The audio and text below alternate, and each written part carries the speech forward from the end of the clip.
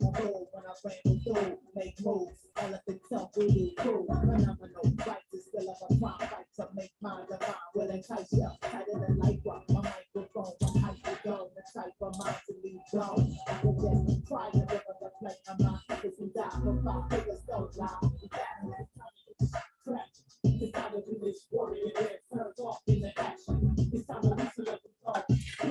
morning, good morning.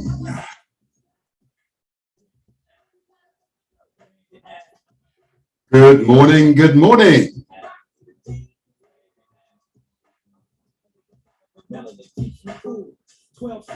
Good morning, good morning.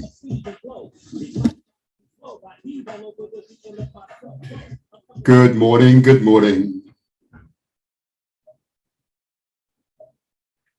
Good morning, good morning.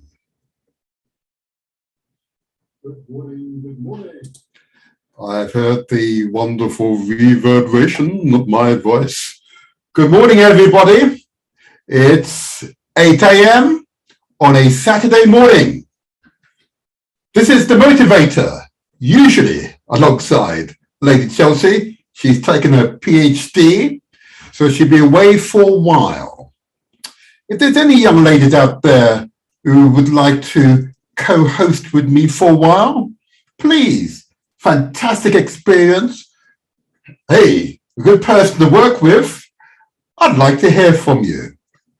So this is The Motivator Show, usually alongside Lady Chelsea, but coming live to you from London. Before I begin, I want to give praise and enough respect to that wonderful pilot who's taken us from night to day. Giant King, praise be to you. Long may you continue your good works. Fantastic show. I heard the last 2 hours of it. Fantastic show. Well done. Well done. And of course, before I begin, I must give recognition to the Galaxy management, those visionary members of the community who understood the need for us to have a media platform that reflects our worldviews, our opinions, okay? That we, the community, both young and old, middle-aged and others, can enjoy and experience. I want to give recognition and praise to Chief Bakumbabai, who for more than 35 years has led the mothership, which is GalaxyAfiwi.net. Praise be, my chief, praise be. I give recognition, of course, to Elder Eric Crute. I'd love to see and speak to you soon, I hope, my elder. I hope you're well and staying strong. I give recognition, of course, to Dr. Abu Ratata. Praise be, my doctor, praise be. I give, of course, recognition to the longest serving pilot here on GalaxyAfiwi.net. I give recognition to Nickel, the most royal. Yes, I love the name. Hey, Nickel, I hope you're well, yeah? I hope you're well. I want to give a special shout out, a special recognition to the solutions finder, Empress Shanice. I don't hear her complaining. I don't hear her moaning. I don't hear her just carping on. What I hear her doing is identifying a problem and finding solutions to that problem. An empowerment sister, huh? An empowerment empress. I give a special recognition to Empress Shanice. Long may you continue your good works. It was mentioned last week that I should give a recognition, of course, to the engineers who's kept this station going over all those decades, yeah?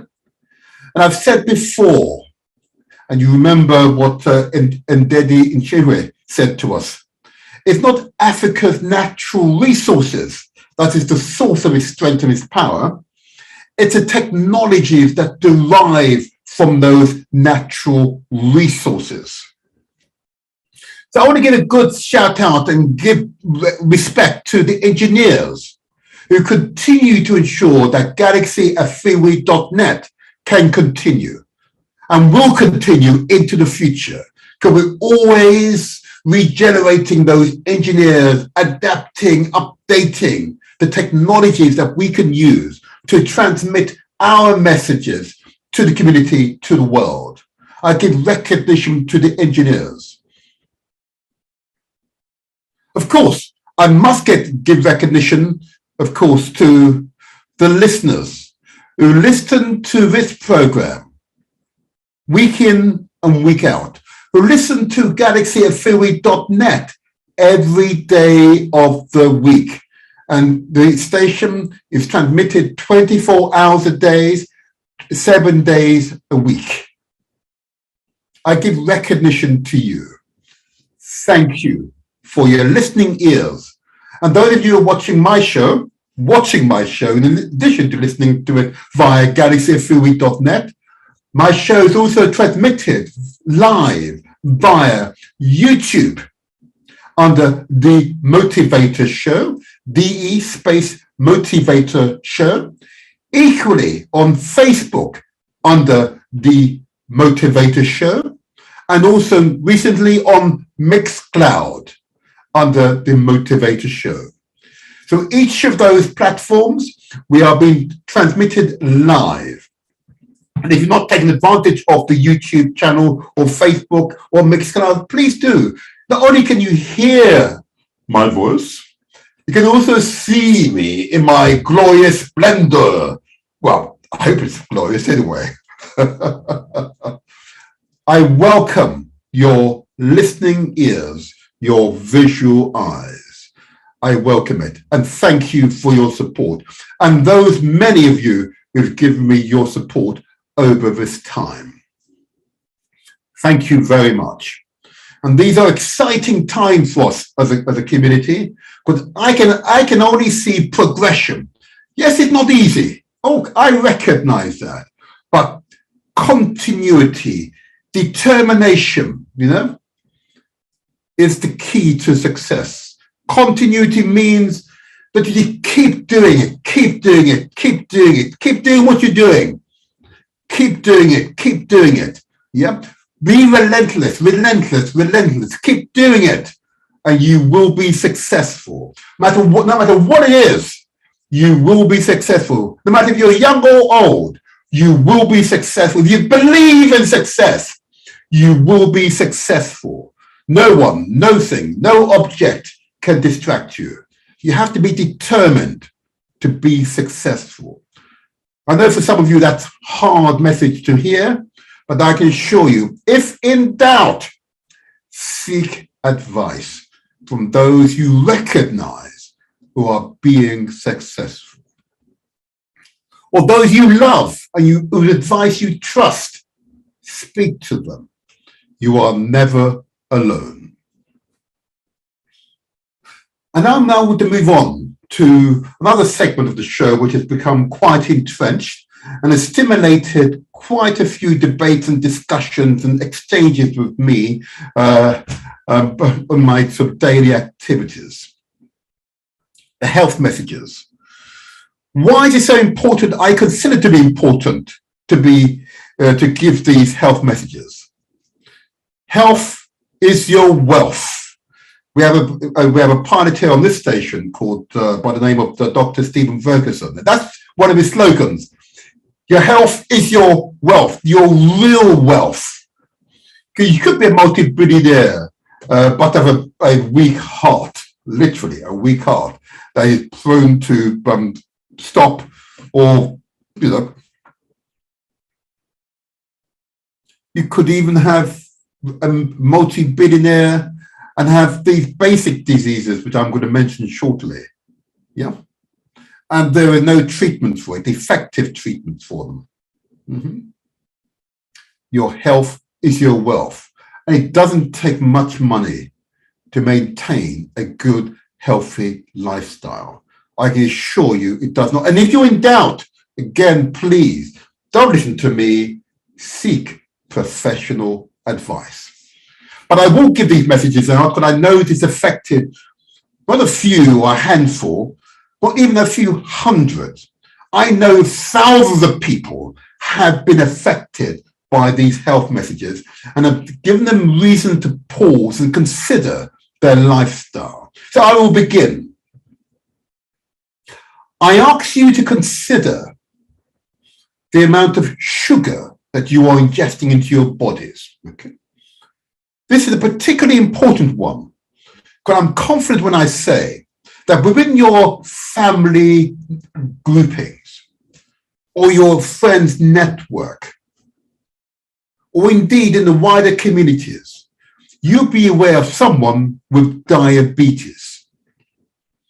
Diabetes is an extremely debilitating condition to possess. But type 2 diabetes is essentially a lifestyle condition. Type 1 clearly is genetic, and that's a clear medical component. But type 2 essentially is a lifestyle condition. I ask you to consider the amount of sugar that you're ingesting, because it is an epidemic. Diabetes is an epidemic in our communities. We have way above average levels of diabetes in our communities when compared to other communities. These are fundamentally a lifestyle issue. Okay. Lifestyle, because we ingest far too much sugar. And I say every week, you must consider the amount of sugar you put in your teas or coffees or consume through these so-called fizzy drinks, or indeed soft drinks. I simply ask you to consider. The amount. And of course, I always like to reference Professor Hilary Beckles, the Vice Chancellor of the Universities of the West Indies, one of the top 1% best universities in the world, when he cited the epidemic of diabetes in the Caribbean. Yeah? And most certainly it is the case here in Britain, across Europe, and most certainly in the Americas, and indeed parts of Mother Africa as well, where sugar is readily accessible. I ask you to consider the amount of sugar you're ingesting. Do you really need to add spoons of sugar to your teas and coffee? You know, I want to make an admission, I've not quite reached a point where I no longer buy these 2 kilos of sugar, you know. I have to admit that. But the amount of sugar I currently consume is a fraction that I used to consume 10, 20, 30 years ago. It's a gradual reduction. I learned to eat sugar as a child, you know, buying sweets and so on and becoming addicted to it. And I've gradually wound myself out of the cravings for sugar. It's almost gone. Within 5 years, I will no longer buy those kilos of sugar from the grocery shop. Gradual process. I'm making the admission to you. But I'm the motivator, where we translate our words into action. Absolutely translating these words into action, and gradual reduction in my sugar intake is occurring as we speak. Equally, I ask you to consider the amount of salt you're ingesting. Salt is another one of those silent killers, okay, that we add deliberately to our diet, okay, unnecessarily so. Hardened arteries, hypertension, in other words, high blood pressure, okay, are all as a direct result of excessive amount of salt accumulating in our bodies over time, okay.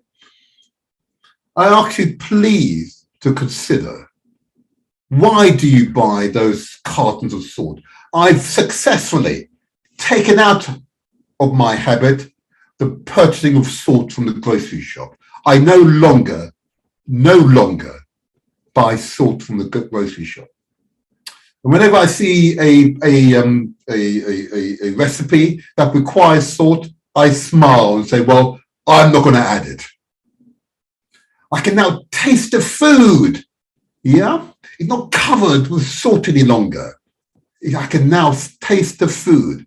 I ask you please to look at the packages of those foods you buy from the grocery shops and look at the salt content and ask yourself the question, is this food suitable for you?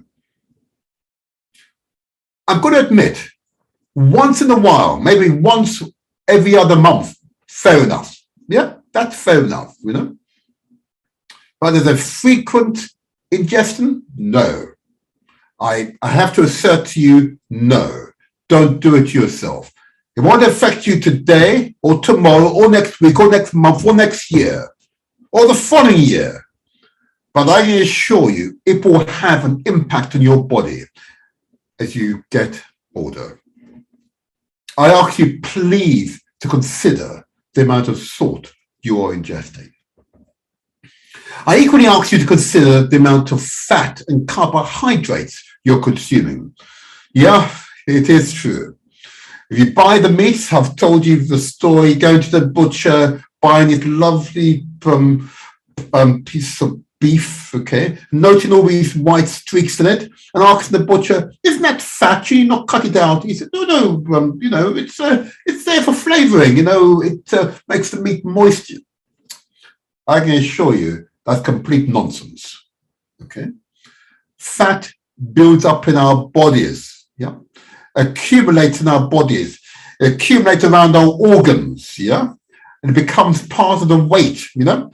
You see the bulging sides, the bulging arms and thighs and so on in men and in women. In some women, it kind of looks interesting, I have to admit, but actually what they're doing is shortening their lifespans. Yeah. If I'm wrong, please call up any time and tell me I'm wrong. But if I'm right, because you're doing the research now, you're doing the research, it did not reach knee-jerk reaction, I ask you to consider the amount of fat and carbohydrates you're ingesting. Carbohydrate traditionally from those interesting food, basic foods, wheat and oats that we often consume. Okay. Why is it important? Because much of the carbohydrate is stored in our blood, in our organs. Yeah. We convert it to energy. Yeah. And honestly, the excessive amount of fat and carbohydrate that we ingest, we know at a subconscious level, this cannot be good for us in the long term. Most people are well aware of this, I realize now, but feel powerless to do anything about it because it becomes a part of the habit. And without doubt, now speaking positively, what is critical for us to maintain a long, healthy lifestyle is plenty of fruits and vegetables. Fruits and vegetables. In abundance, fruits and vegetables. Yeah? Essential for us. What is essential for us, of course, is to drink appropriate amount of water. You know, I have my water here. Yeah, there you go. I have my water here. I'm told by the doctors you should drink at least 2 liters a day or thereabouts, 3 liters depending upon your size. Yeah, it's essential. Water is life, and far too many of us simply drink these sugary drinks or teas and coffees and so on, but don't just drink plain water. And we are mostly water. Yeah, we are mostly water as human beings. We are mostly water. Yeah. What's essential in addition to the water, fruits and vegetables is of course to exercise. I have my weights here. Oh yeah. Yep, I do this every day, at least 10, 15, 20 minutes, do my weights, both arms, legs. I run. I make sure I maintain a good, healthy healthy lifestyle. I really do not want to gain in age and then be victim to these broad so-called elderly conditions, which include the diabetes, the hypertension, the weakened muscles, can barely move and all that. Yeah, much of that is self-inflicted through our lifestyle. And I absolutely want to enjoy my older age in good health. Yeah. I met a gentleman in his 90s. He's up and down walking on the street, enjoying his vigorous walk, you know. He called me counsellor, you know. He says, yes, counsellor, yes, it's essential, he said. This is essential. You've got to race your heart, get your heart racing. He's 93. Oh, what a wonderful man. What a wonderful man. Yeah. You see him walking briskly along, 93 years old. Yeah. Because he thinks about his health. And of course, he has grandchildren and great-grandchildren now. He said they keep him young, engaging with them and helping his grandchildren through life, you know. He's seen it all before. And is the benefit of someone that age being an integral part of your family, keep those people close, is they provide wisdom. They provide genuine, unadulterated wisdom. And their sole aim in life, at their stage in their lives, is the betterment of your lives. That's why in African culture, the elders are revered. They don't suffer hubris, you know. Their egos are no longer significant. Their sole aim is to provide advice and guidance and wisdom, proverbs as required. Yeah, that's why the elders are important. But those of you who are becoming elderly, okay, please, I know what I'm saying, particularly if you've not thought about your health, how to counteract the negative impact of lifestyle. I realize these are difficult. Indeed, those who are younger, I understand what I'm describing is difficult. You form habits. But it is a gradual process that I've described to you in relation to my consumption of sugar. Yes, I still buy sugar, but the amount of sugar I consume is so much smaller than it was 10, 20 years ago. Okay? Much smaller. It's gradually going down. But I no longer buy salt. And no need to buy additional salt. Okay, and I absolutely consume in significant quantities fruits and vegetables, and a whole broad range of vegetables. And I said I'll have the dietitians on, nutritionists on here eventually, and they'll go through the ideal food types that we all should be consuming, but particularly in our community, those of African heritage, Black people, indeed Asian peoples as well. In fact, all people this applies to, quite frankly, because we are all human beings. We may be ethnic groups, you know, different cultural heritages, but we are all human beings. We are one people. Therefore, whatever it applies to us applies to the whole of our species. We are but one people. Don't let that German tell you about we're separate races, it's distinct and different. That's complete nonsense. It's a capitalist ruse in order to control the masses, okay? And to force you to have to pay for water, or pay for food, pay for a roof over your head, you know? But you're paying the capitalists. And I can assure you, I am no capitalist. There you are. It's completely wrong. One should not have to pay for the very basics to live. I strongly object to that notion. But never mind, let me not go into politics right now. The health messages are important. And very quickly, I wanted to just say this. Brother Kwame in Nottingham would have reminded us, it is essential for us to also take care of our mental and spiritual health, okay? If you're in doubt about your mental health and you're feeling uncertain, I beg you, please seek professional advice. It is essential not to listen to anyone on YouTube respectfully, okay? And those of you who are listening to us on YouTube, I ask you, please, if in doubt, seek professional advice. And equally, if in doubt, I ask you also to consider those who are around you, who you trust. Speak to them about how you're feeling and seek their counsel on your feelings of uncertainty. Okay. And as regards your spiritual health, it's so important that one meditates. Let's allow all the pressures, all the troubles and trials and tribulations to go away and meditate.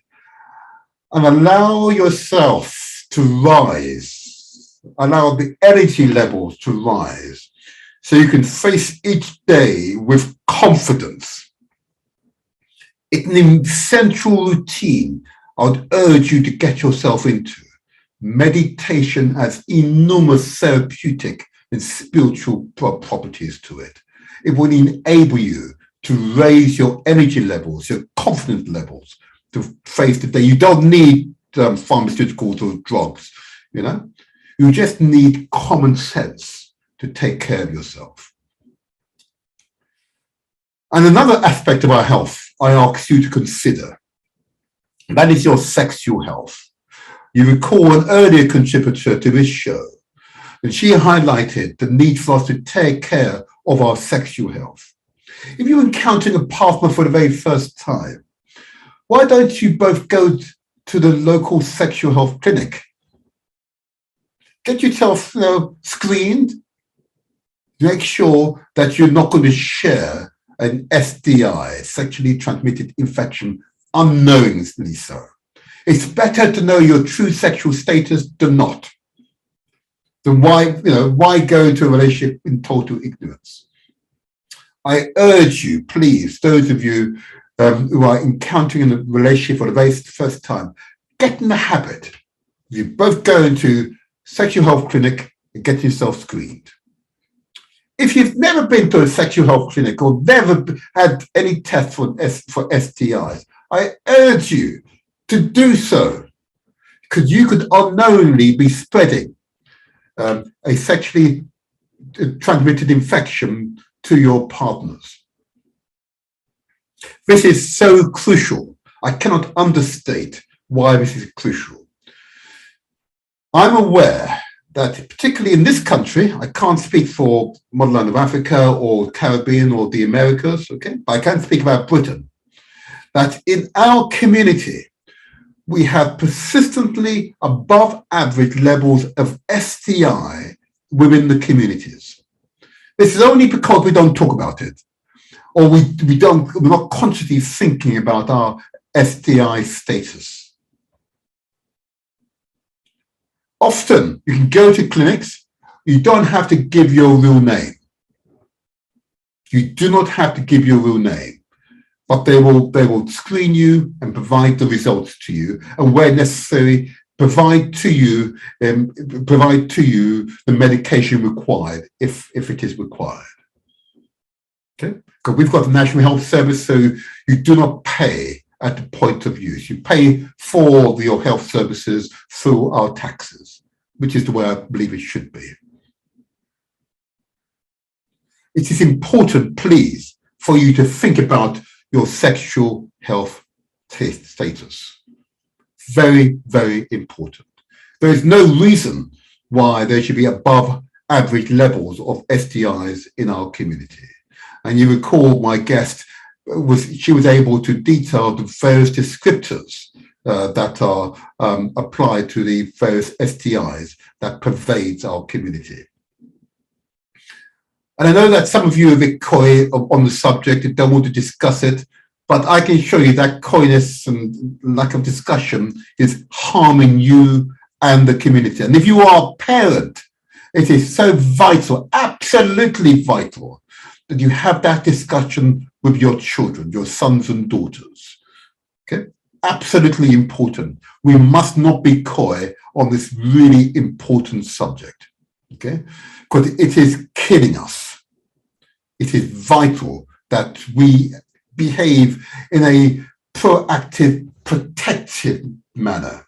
And by that, we must discuss our sexual health status, either with your doctor or go to a specialist in a sexual health clinic. And most of them are on the high street, or just simply use your search engine to find the nearest sexual health clinic to your home. But this is an important message I really want to get across to you. There is no reason why the levels of STIs in our community should be stubbornly high. The only reason why it might happen is where some leaders, and I have to say in our faith communities, suggest you should only have sex if you're married. And you know what? Maybe ideally, I'm sure I agree with that, but but nevertheless, I understand. I say to those leaders, that advice is killing us. Okay, I wish to encourage you all, those leaders. I wish to encourage you to encourage those in your congregation, those of your followers, those in your temples, those in your mosques, your churches, your places of worship. I wish to encourage you, to encourage those who follow you to speak about your sexual health status. It is vital to our well-being. It is essential to our well-being. So, I've said enough on our health messages, I believe. It's now 8:30. And I just want to reiterate, today's program will be an exciting program. I have two guests coming on a subject which you may have guessed by the background. And of course, we're going to discuss the Windrush Scandal. Now, it's a scandal made here in Britain by the current government. Okay. Created by the current government. And they haven't put it right. If you were born before 1973, okay, it is highly likely you have a right to be in this country. If you're born before 1973 in the Commonwealth, it's highly likely you have a right to be in this country. Okay. If you're born at the point at which your country of your birth was a member of the empire, as it were, as I was, when I was born, Jamaica was a part of the empire.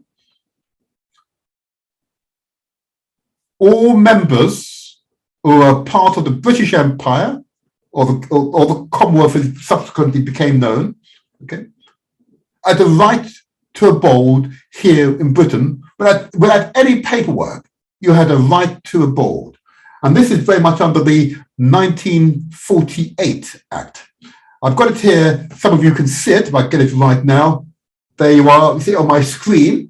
I've got Chapter 56, which makes provision for British nationality for citizenship of United Kingdom and colonies for purposes connected with the matters aforesaid. And it then continues to list out the conditions to which you had a right to abode in this country. A yes subsequent act sought to take away your citizenship rights in this country. I have to say that even the former British Prime Minister, Theresa May, had to, at a Commonwealth Heads of Government conference here in London, had to announce to all the heads of states, the prime ministers, that she was sorry. And I'm going to relay that, I'm going to play that clip shortly. That she was sorry. Not only did she say it, the Home Secretary said it, and made it clear that you have a right to abode in this country. But as we both know, as we all know, all is not well. All is not well. Even though the Prime Minister said she was sorry and she confirmed that we had a right to abode here, all is still not well within the Home Office. And I'm going to make reference to this later on in the interview, which I will conduct with my guest.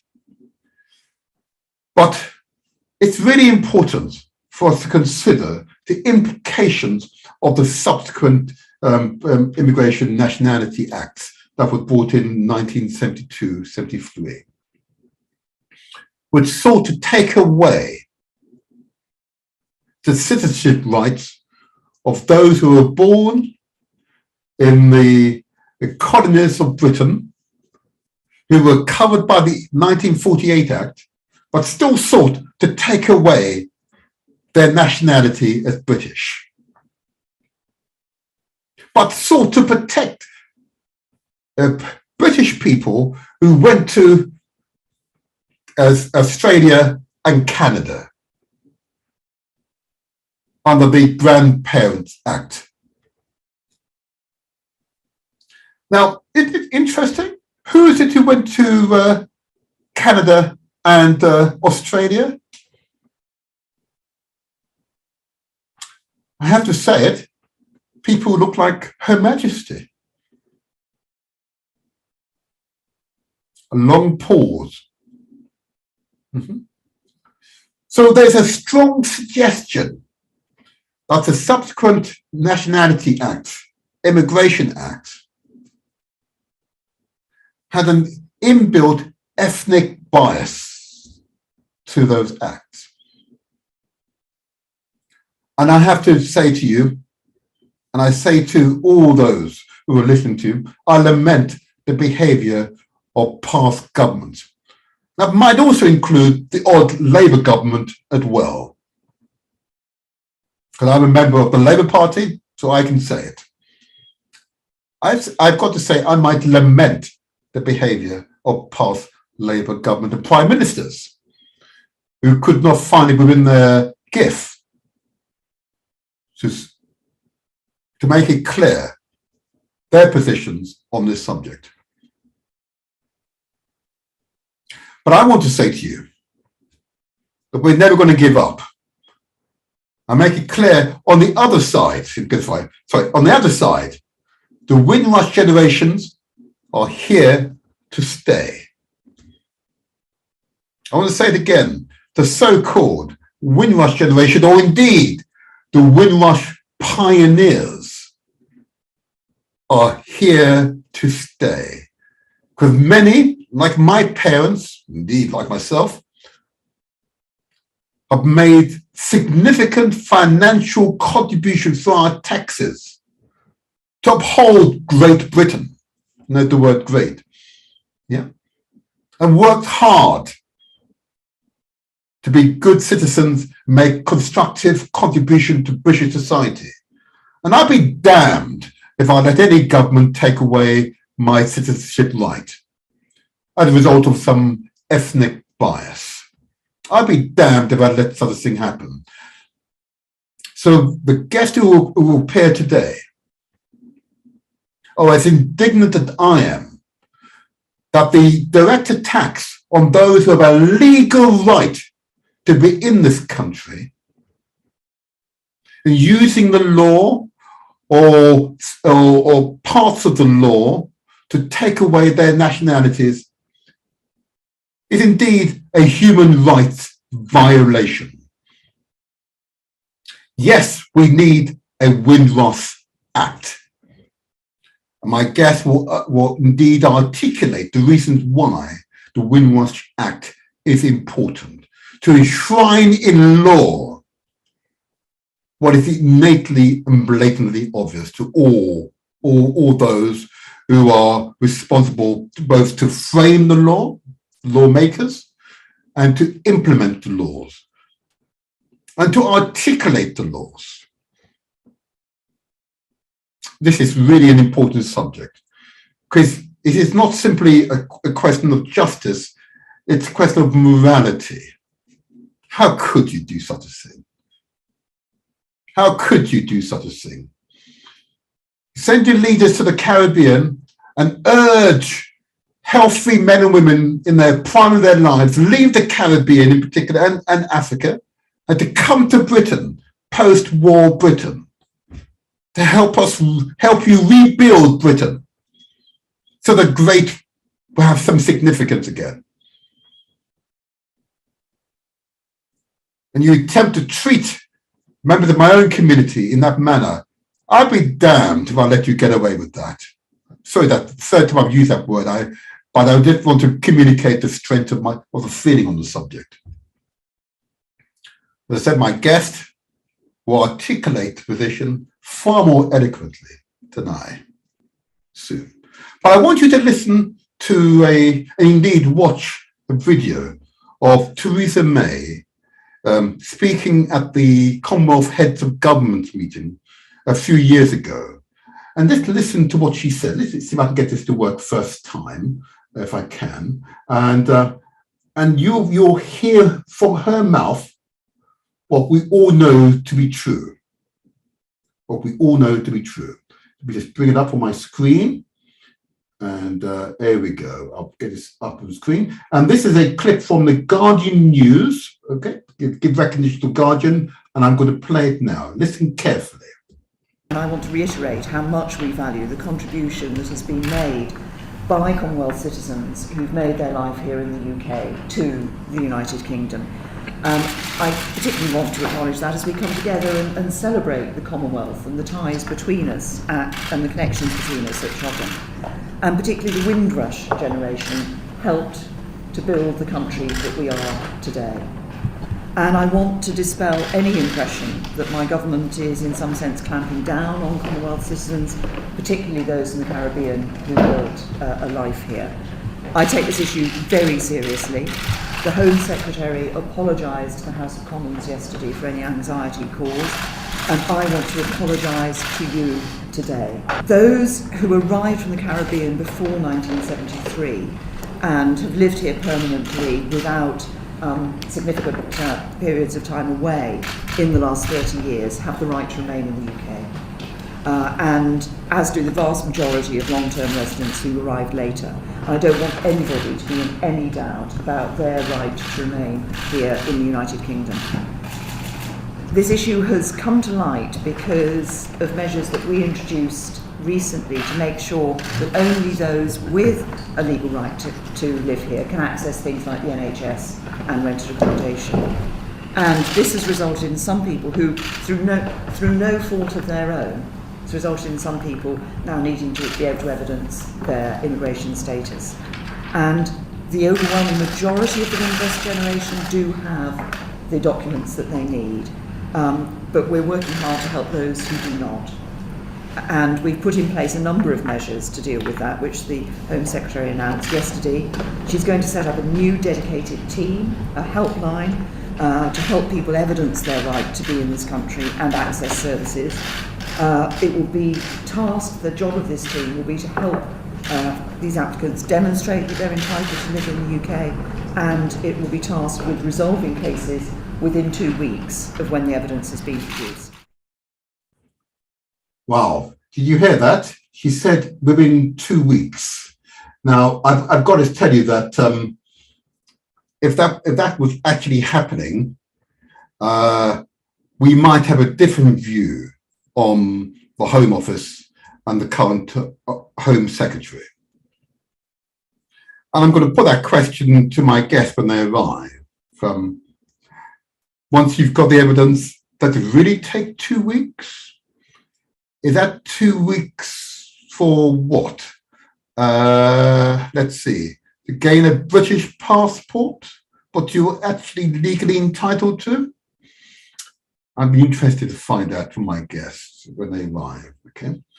But you heard it from the then Prime Minister, Theresa May.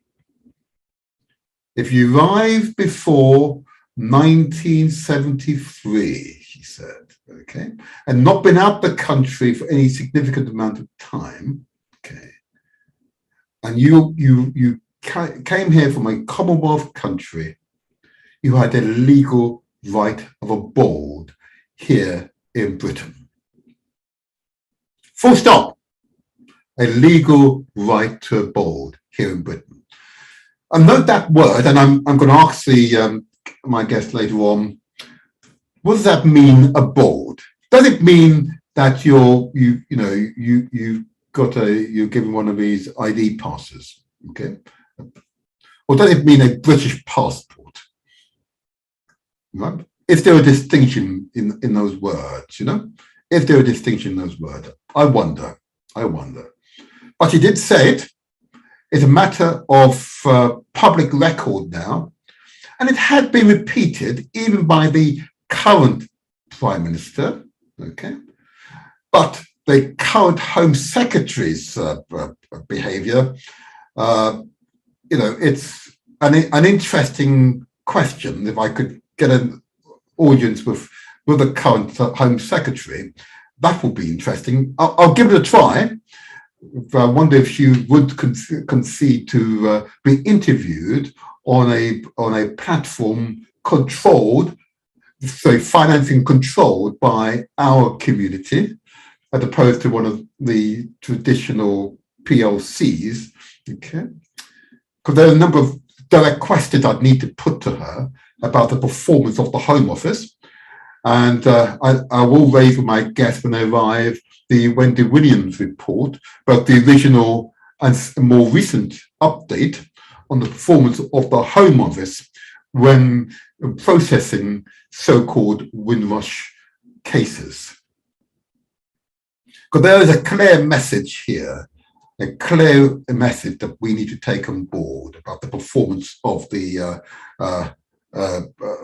Home Office. Okay, because clearly the Home Office itself, is a government organisation very important to the life and times of Britain. Okay, but yet it does seem to behave in ways that we have to question.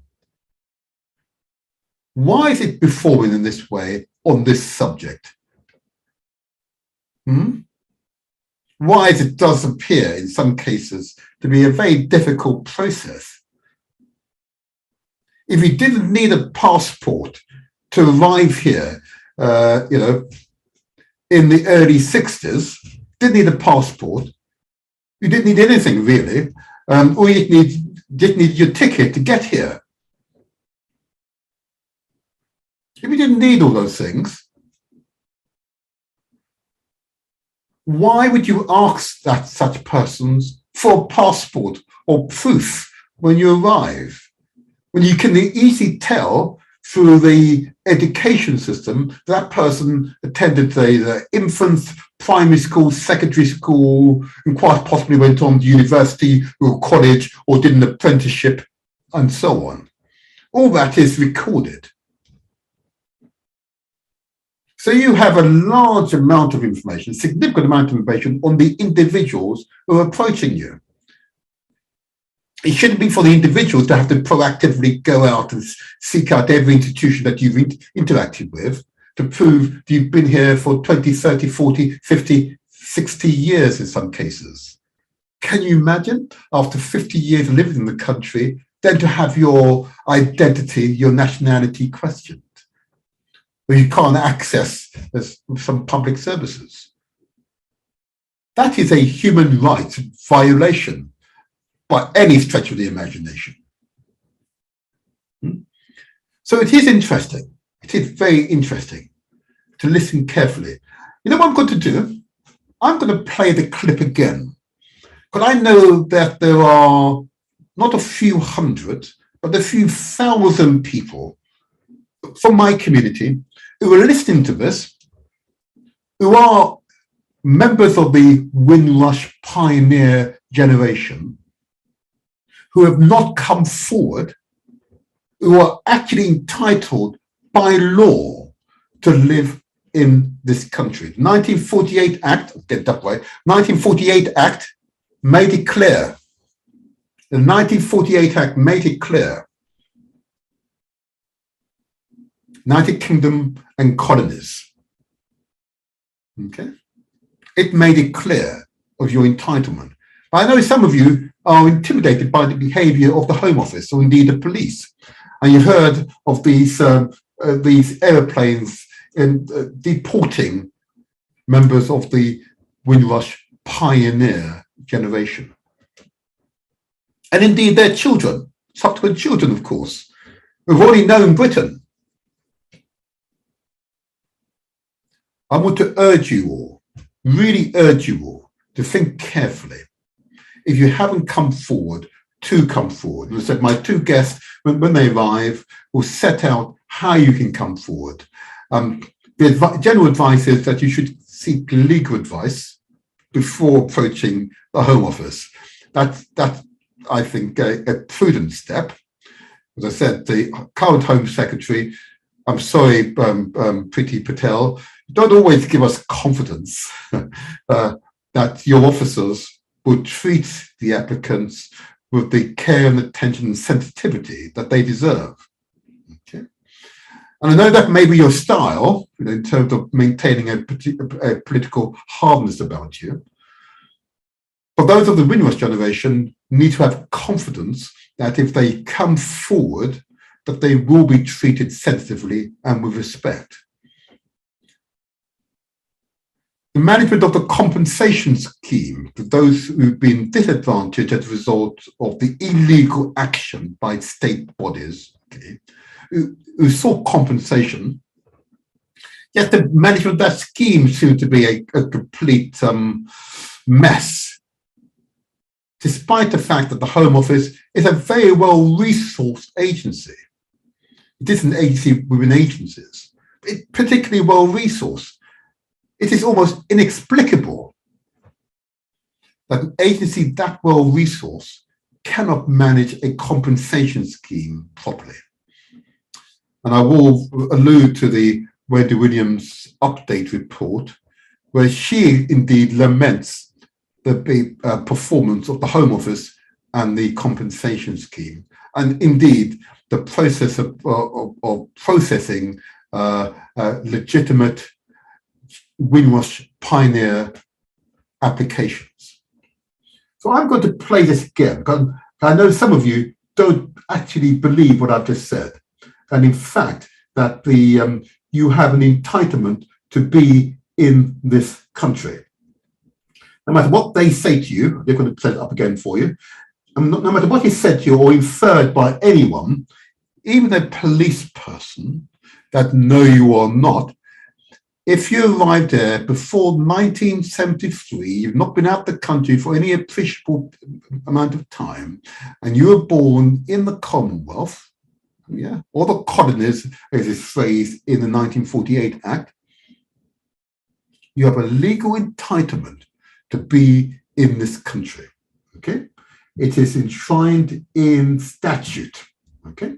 So I'm going to play that clip again, because I know I've got to play these things again and again and again to affect people's psyche. I know we're a stubborn lot. Well, I'm stubborn.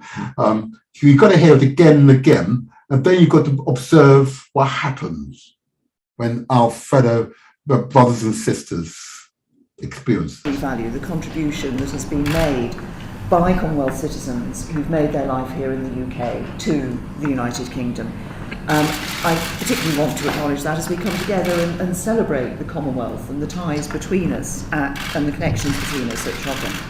And particularly the Windrush generation helped to build the country that we are today. And I want to dispel any impression that my government is in some sense clamping down on Commonwealth citizens, particularly those in the Caribbean who built a life here. I take this issue very seriously. The Home Secretary apologised to the House of Commons yesterday for any anxiety caused, and I want to apologise to you today. Those who arrived from the Caribbean before 1973 and have lived here permanently without significant periods of time away in the last 30 years have the right to remain in the UK. And as do the vast majority of long-term residents who arrived later. And I don't want anybody to be in any doubt about their right to remain here in the United Kingdom. This issue has come to light because of measures that we introduced recently to make sure that only those with a legal right to live here can access things like the NHS and rented accommodation. And this has resulted in some people who, through no fault of their own, It's resulted in some people now needing to be able to evidence their immigration status. And the overwhelming majority of the Windrush generation do have the documents that they need. But we're working hard to help those who do not. And we've put in place a number of measures to deal with that, which the Home Secretary announced yesterday. She's going to set up a new dedicated team, a helpline, to help people evidence their right to be in this country and access services. It will be tasked, the job of this team will be to help these applicants demonstrate that they're entitled to live in the UK, and it will be tasked with resolving cases within 2 weeks of when the evidence has been produced. Well, that was pretty clear, isn't it? If I may say so, that was pretty clear. It's from the Prime Minister's mouth. It's now a matter of public record. Your legal entitlement to be in Britain. Okay, it's a matter of public record now. As I said, I do understand the hesitation of some. I do understand it. You don't trust the Home Office. I can understand that. Don't worry. I get it. I get it. I get it. But if you don't come forward, you're always hiding, and hiding is not beneficial to you. Because you can be prevented from accessing, note, health services if you can't prove your status. You can be prevented from renting homes. The whole range of things you can be prevented as a result of the measures brought in by this government. Okay, so I say to you, those of you who are a member of the pioneer generations, okay, I can only say to you, it is vital that you come forward. But as I said, hopefully my guest will arrive shortly. They're a little late, but never mind, never mind. But until my guests arrive, I'm happy to take a few phone calls, those of you who want to discuss the subject with me today. And the number to call, those of you who've been moved by the information I've shared with you today, the number to call is as follows: 0208 133 5616. I'll say it again.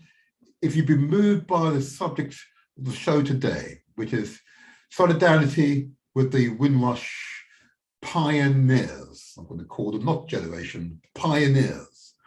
It's 0208 133 5616. Okay, and I'm happy to take your calls until my guests arrive, and hopefully they will arrive shortly. Okay, and let me continue, and let me just address the question of the Wendy Williams report. And Wendy Williams brought in really originally as a result of the cry from the community and certain activists in the community who argued that the Home Office wasn't fit for purpose to manage and process the Windrush pioneer applications, and were arguing for an independent body to be set up specifically to address the Windrush pioneer immigration applications. So, of course, the Wendy Williams inquiry set up to look at the performance of the Home Office. And of course, she found what members of the community had experienced, that in many ways, the Home Office, in this regard, now the Home Office is very proficient in many ways, but in this regard, wasn't, and may not still, I'll leave it to my guest to tell me otherwise, fit for purpose on this subject matter.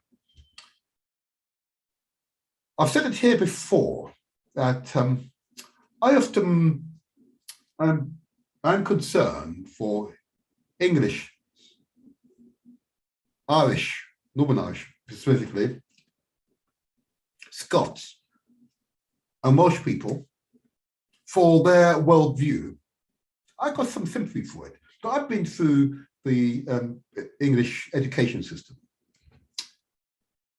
And I can understand, in retrospect, why someone who call themselves one of those traditional groups that I've just described will have a view of non-white people. I have some sympathy with it, because the propaganda that you are exposed to, it's so jaundiced,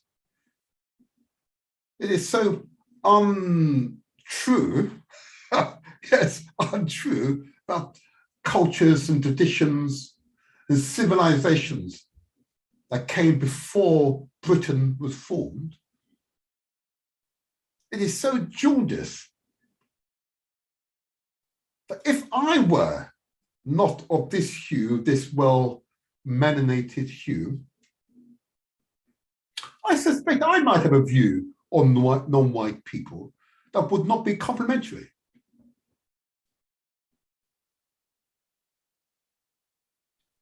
That's a pretty profound statement to make, isn't it? But I've met people who have not been able to evolve beyond their early teaching or the propaganda that they were exposed to at school. And I mean propaganda. In my time, the only reference to Africa was to see my ancestors. But all of these contraptions being marched out by these English gentlemen, you know, being degraded. And with a strong inference that they were not as good a human being as English, Irish, Scots, or Welsh people of this country are. So this propaganda gives feelings, a false feeling of superiority. So I've got some sympathy, because I've been through the education system, I've seen it and experienced it, and I've seen it manifest itself with members of the wider community or in positions of power. The most brutal experience, of course, is through the police force. I think one commissioner described it as being, well, a subconscious behavior. Differential treatment is described in another report. You ask yourself the question, why? But if you've been through the education system here, you completely understand why the behavior of some police men and women manifests itself in that manner. Look at the Americans on their Hollywood, how they depicted African Americans, you know? Or they're depicting people from Asia, yellow people. One awful term. Yeah. Or people from India and Pakistan and so on. I won't use the term. No.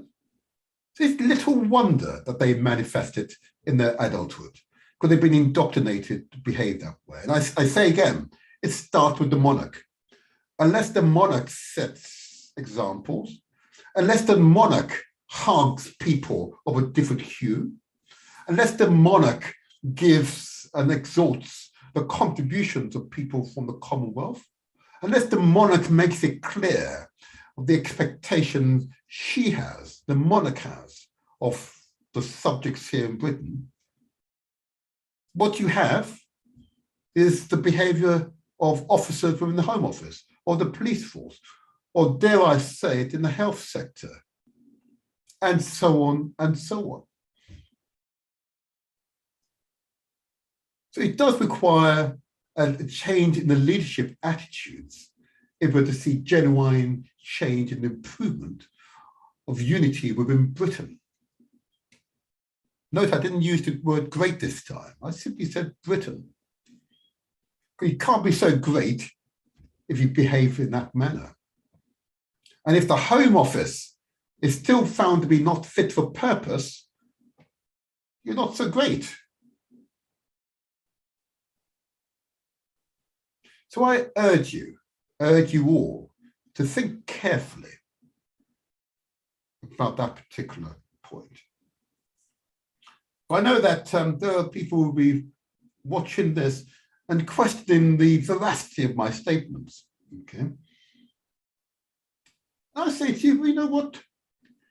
Call now if you wish to question the veracity of my statements or indeed personal experiences.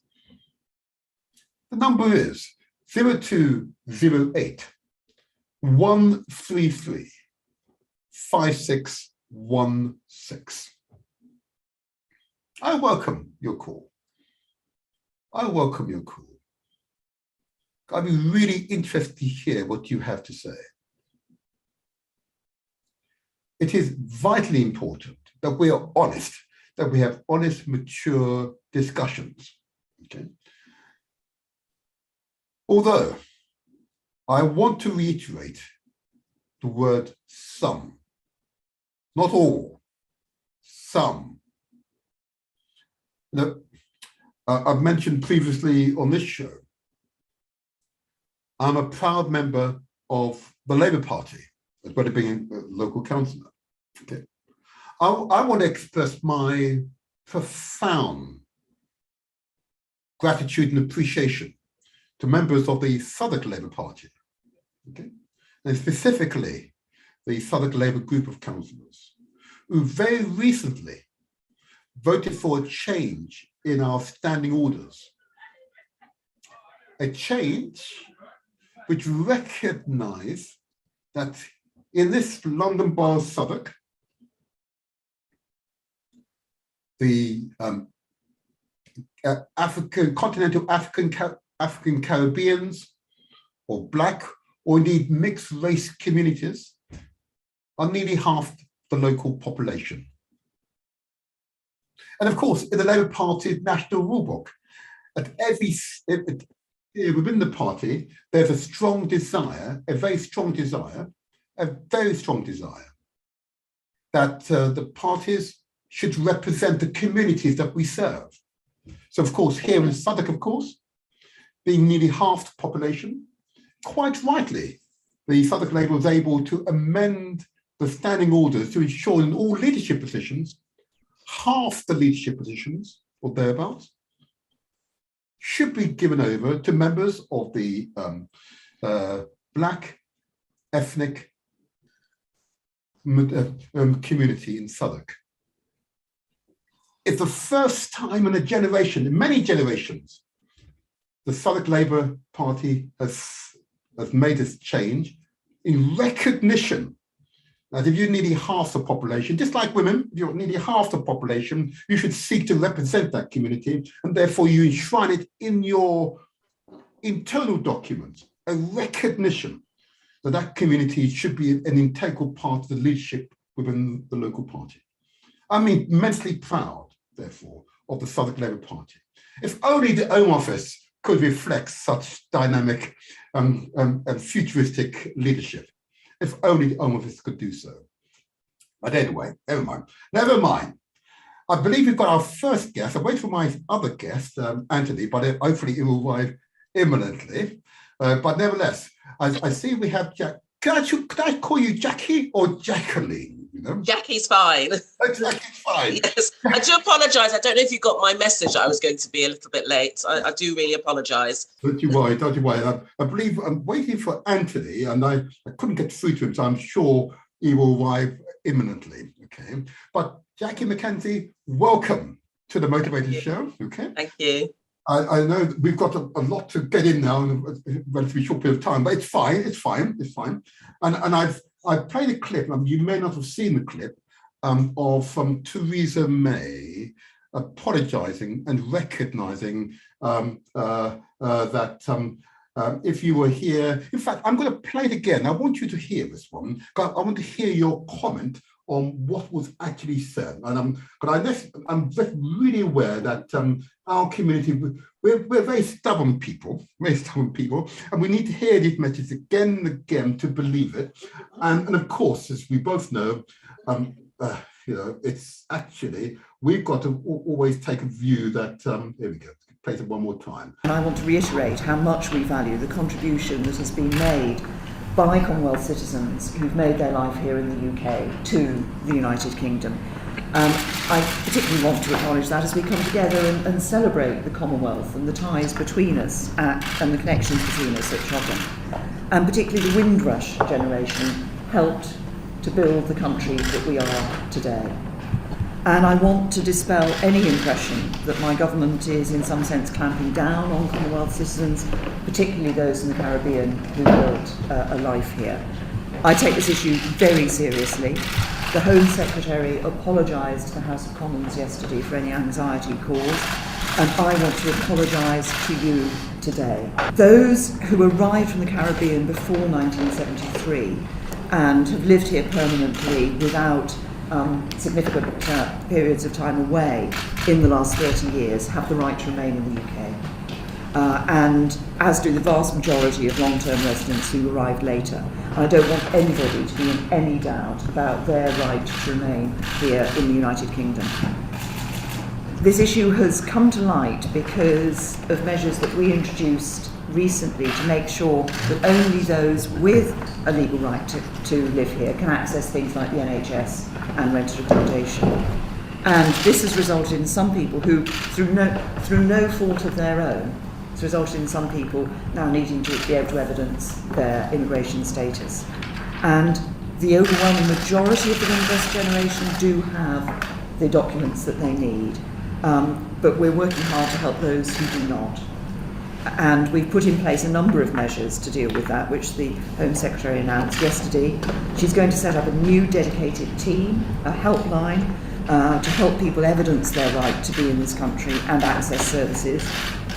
It will be tasked, the job of this team will be to help these applicants demonstrate that they're entitled to live in the UK, and it will be tasked with resolving cases within 2 weeks of when the evidence has been produced. Well, that was pretty clear, wasn't it? I think that was pretty clear. First of all, Jackie, before I go directly into that, I did want you to introduce yourself. Just tell us a little bit about yourself, then we can go into that clip, which has really set the context of this interview. Jackie Mackenzie. Yeah. Okay, well, I'm a lawyer. I'm currently a partner at a city law firm called Lee Day. Prior to that, I was running my own immigration consultancy, a very small consultancy called Mackenzie, Boter and Pope. And before that, I was a solicitor at Bernberg Pierce, which is another civil liberties firm. But I also had a previous career, which was 20 years, just about 4 months short of 20 years, in local government and in one local authority, Hackney Council, where I started off in race equality and finished off as a director with responsibilities for comms and training in the regeneration department. Outside of that, I'm very involved in all sorts of things, particularly a supplementary school, which I launched about 13 years ago in South London, and publishing, activism, particularly around Grenada and the Grenada Revolution. But in the last 4 years, I've been more known for the work that I do in response to the Windrush Scandal. Thank you, and thank you very much indeed. And indeed, you have a very impressive profile. I had great pleasure reading this, I've got to say. So it's a very long profile and many accolades, if I may say so. And that's where we met more recently as yet another accolade. Yeah. But you are an example. I refer to being the antibodies that exist in our community that resist the many maladies or attacks and confrontations we have to sustain in just live here in Britain. And the Windrush pioneer generation is really get to the heart of who we are as a community. Okay, it's almost a body blow to the community. Okay. Can I ask you just to begin to track and just enable the listeners to understand what the former Prime Minister meant by that threshold date of 1973. If you arrived in this country prior to that date, you have a right to a board. What did she mean by that? Just so I'm clear. Well, firstly, let me just put into context her apology, because I think, that's really quite important. If you remember, when the scandal first came to public prominence, and that was mainly as a result of work done in the media, particularly the Guardian newspaper, but others too, predicated on, these reports for years before the media even picked up on it. In fact, I remember telling the Voice newspaper about this years before the Guardian picked up on it, but they didn't really respond. But when the scandal first came to our attention through the media, in the way it did, Theresa May was very reticent. Well, it's something that's happened. And remember, she's one of the architects of the hostile environment. Yes. She's not the person who coined the phrase. That was actually Liam Byrne, who was actually Labour.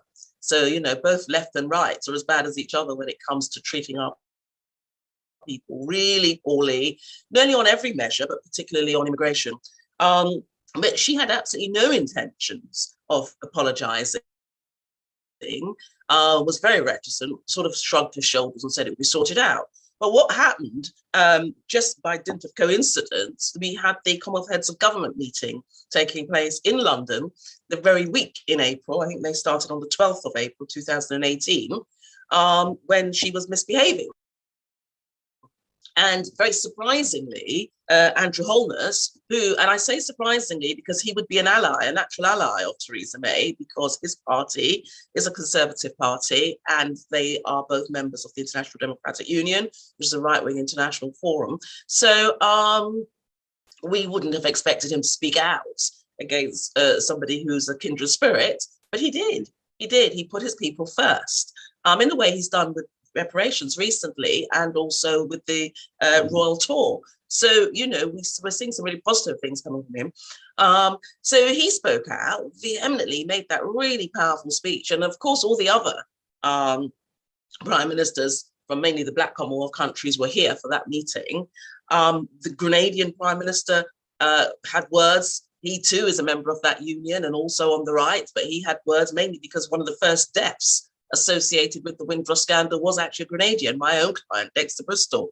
So because of all of that, I think it kind of forced her into a corner. She completely misread the room, and she misread two rooms. She misread the fact that Caribbean politicians were going to speak out about their people, but she also misread another important constituency, because the only reason why, politicians speak out against migration and speak so ill of migrants is because they think that's what the electorate want to hear. It's all about votes, isn't it? But the electorate on this particular issue were almost unanimously supportive. I mean, when you saw the Daily Mail come out in support of the Windrush, you knew, and it's because, I mean, partly for good reasons, but partly, I'm cynical. They see them as little, deprived, depressed Black people who came off those rickety boats, and, they were invited here to help rebuild. I mean, they were British, remember, but they still use that vernacular. They were invited here to rebuild this country post-war, and they have a kind of special place in the heart of even the most racist people in this country. So they thought, no, whoa, you can't touch them. So there was sort of unanimous support for them across the board. And then Theresa May thought, wow. And we know this for a fact because we've been in touch with her advisors and so on. And we were very close to the thing. We were then invited into the meeting. So we actually know what went on. And they were saying, well, I think she was stunned. And so she gave that apology. And as you can see, she's reading from notes that have been pulled out of a notebook. So somebody obviously, I mean, it's a torn piece of paper if you look at it closely. Somebody's obviously scribbled down some notes for her. She doesn't even know what it's about. So she's looking down at it the whole time.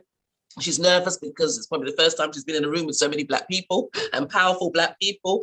So she was very nervous, and she was forced into giving that apology. So we don't necessarily buy it, because what's more important than the apology is what have you done since?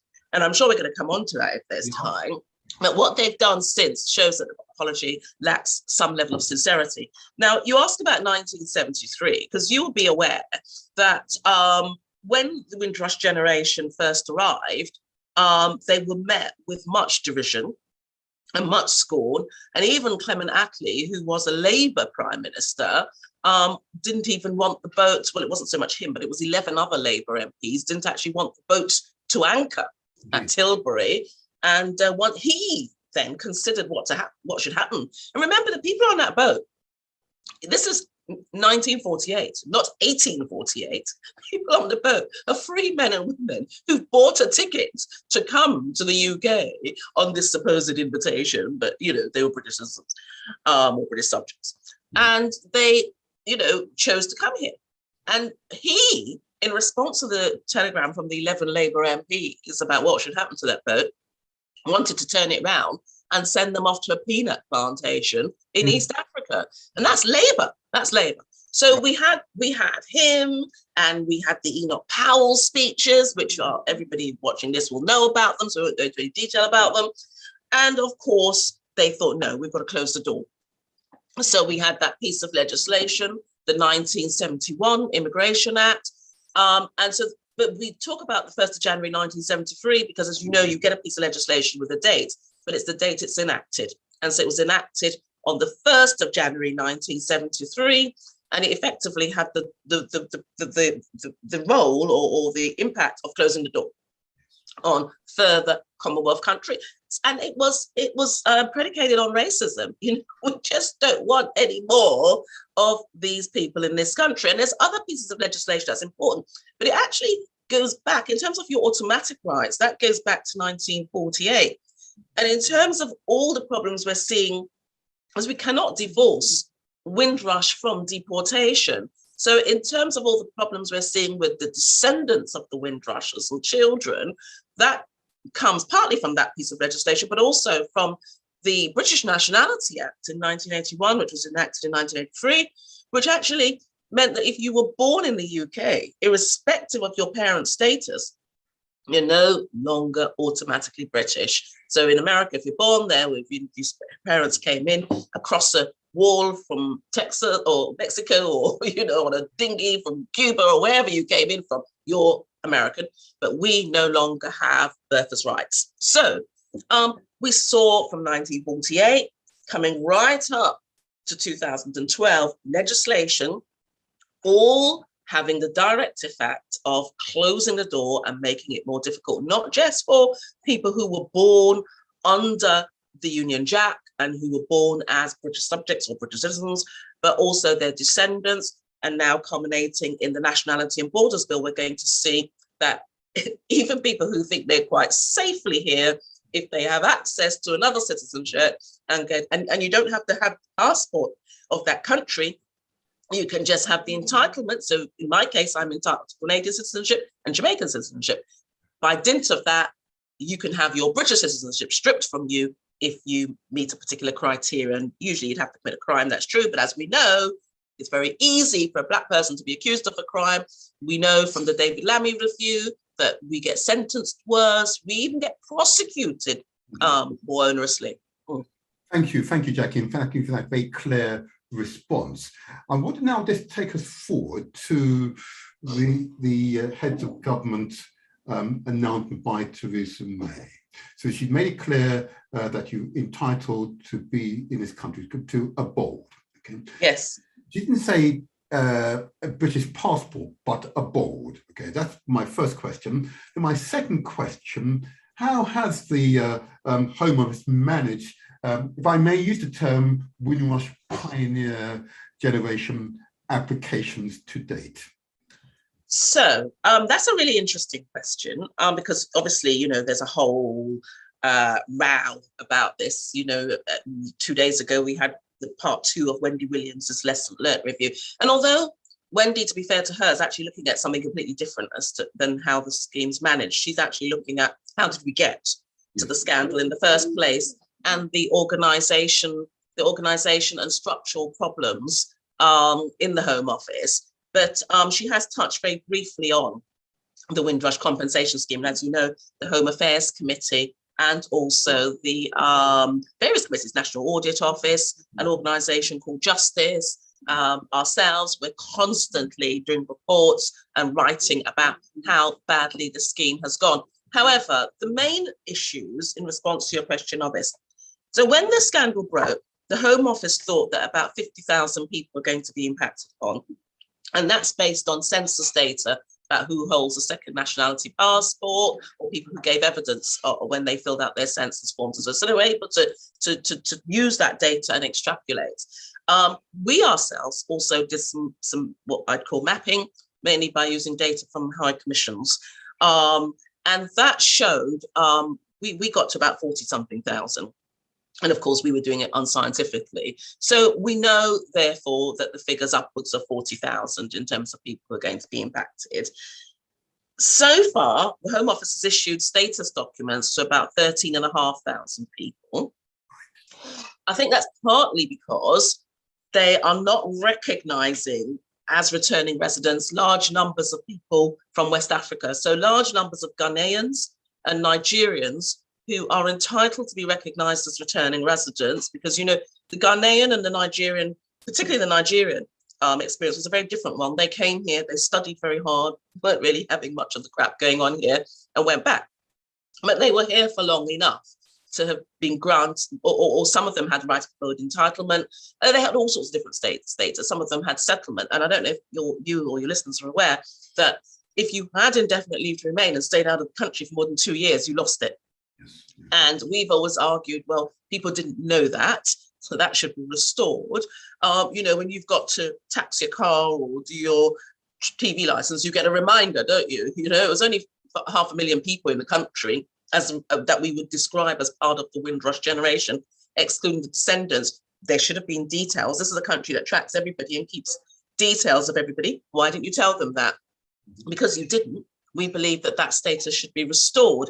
And so you're finding a lot of brothers and sisters in Nigeria and Ghana and other Kenya, Uganda and so on are in that position. The Home Office are just not conceding to them.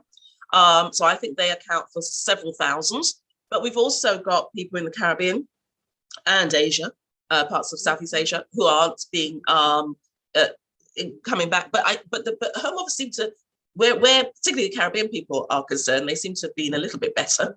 It might be because they have better advocates and there's more noise, and the Caribbean leaders, the role I said that they played earlier, but they do seem to have acquiesced to them a little bit better.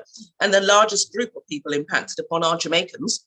Yes. And generally speaking, in terms of getting people back into the country, the Jamaicans have been coming back. But so we've got this low figure, and as I've kind of explained, that it's partly because they're just not recognising people properly, but also because people are still frightened to come forward. I mean, you know, there's still a hostile environment. You can't be talking about shooting out dinghies from the Channel, you know, and deporting our grandchildren on charter flights all chained up back to Jamaica and have people believe that what you say is true. So people are very scared, and in our community, there's a sort of folklore, isn't it? Everybody knows somebody who's had some issue with the Home Office or immigration. So people are frightened. So a lot of people just aren't coming forward. And I've actually gone on streets and gone into places, you know, centers, what I call centers of influence. So it could be from I don't want to stereotype our people, but sometimes it's been a betting shop, sometimes it's been a Caribbean takeover. And I found people, older people, say, we're not bothering with that.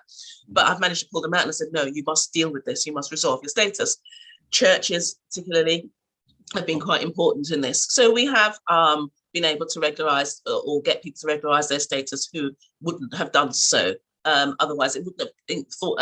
And there's all people are in all sorts of states, aren't they? You know, mental health is a big issue, very, very big issue that we find. And I know that University College London are about to do some work on this. And I know the Maudsley Hospital was looking at doing some work at one stage about the links between Windrush and mental health. So we've got this very low figure of people who've actually been given status documents. But then a number of them, and Anthony's the expert on this, and so he's joined us now, he'll be able to tell you a little bit more, but then a lot of them are either being given indefinite leave to remain with this biometric card for 10 years. And that's caused all sorts of acts, because biometric cards are only for 10 years. They're like a passport. So it doesn't mean that you've only got to stay for 10 years, but of course it's had everybody worried that what happens in 10 years time just gets renewed. But still, the optics of giving somebody something with an end date, somebody who's already been treated so badly, giving them something with an end date is appalling in my mind. And then some people are being recognized as British citizens, but they're not actually being given the status as British in terms of, well, this is your status or was your status. They're being naturalized. It's a very different thing. And so, and as I said, Anthony will talk about that hopefully. But so in one sense, it hasn't really been, even though people are, showing me, I mean, I've done loads of these. And so people will send me their certificates when they go, so they have to go for the ceremony, the same ceremony that somebody who was here as a student and managed to get stay eventually, or somebody who was illegally here and managed to regularize this. They go for their naturalization and they get the same certificate our people are getting, which is ridiculous. But everyone's happy they get something. They get something and they're no longer in this quagmire. So that's why some of the people who are affected aren't necessarily the best advocates of it, because they want to get back to their lives. People are traumatized and damaged, and they get this paper and they think, phew, I can now go back home and visit my grandmother before she passes, or visit somebody, and they don't want to be bothered with anything more. So that's one low bit of data. But the other really low thing, or low data, is the compensation. Because you would have thought that at least the majority... Forgive me for interrupting. Before you go into compensation, I do want to address that. But now that we've got Anthony here, and welcome to you, Anthony, and welcome to you. You are Good morning, Councillor. Good morning. Good morning, Jackie. Good morning, Anthony. You can either call me, please, the motivator, or Martin. Yes, I've got on a title. That would do fine for me here. Can I just, before, and you would have missed Jackie's intro, can I just ask you first of all, Anthony, just to explain to the listeners who you are and why you are a Windrush Pioneer campaigner, and what it means to you personally. So I'm Anthony Brown. I co-founded Windrush Defenders Legal Community Interest Company with Leonie Shaw Brown and Lorna Downer in Manchester. And that came about after about a year when the Windrush Scandal broke, and we saw the High Commissioners coming on television talking about issues to do with people from the Caribbean. We saw the Jamaican Prime Minister and other heads of government from the Caribbean coming on British television, which we hadn't seen before. We saw them going into Downing Street and Prime Minister May apologising to them. And I thought, oh, the British government never apologises for anything. How is it that they're here apologising to Caribbean Prime Ministers? And this was because the Commonwealth at the time was holding the Commonwealth Heads of Government Summit, and the Queen wanted to hand on some of her duties to Prince Charles, and they wanted to have this event without much fuss or fanfare from Caribbean countries with regards to this scandal that was going on. So to dampen things down, Prime Minister May came out, made the apologies, talked about a Windrush scheme, and that people would be compensated. And so communities around the country began to hold these meetings. And so I went along to one in Manchester, and they called themselves Windrush Defenders.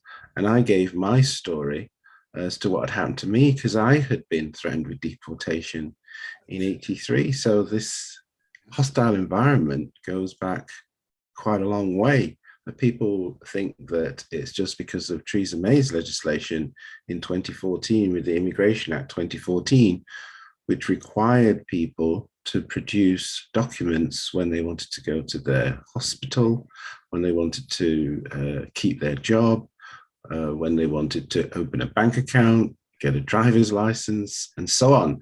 And people who had come here from the Commonwealth to help rebuild the country after the war, they call them the Windrush generation because of Pioneers.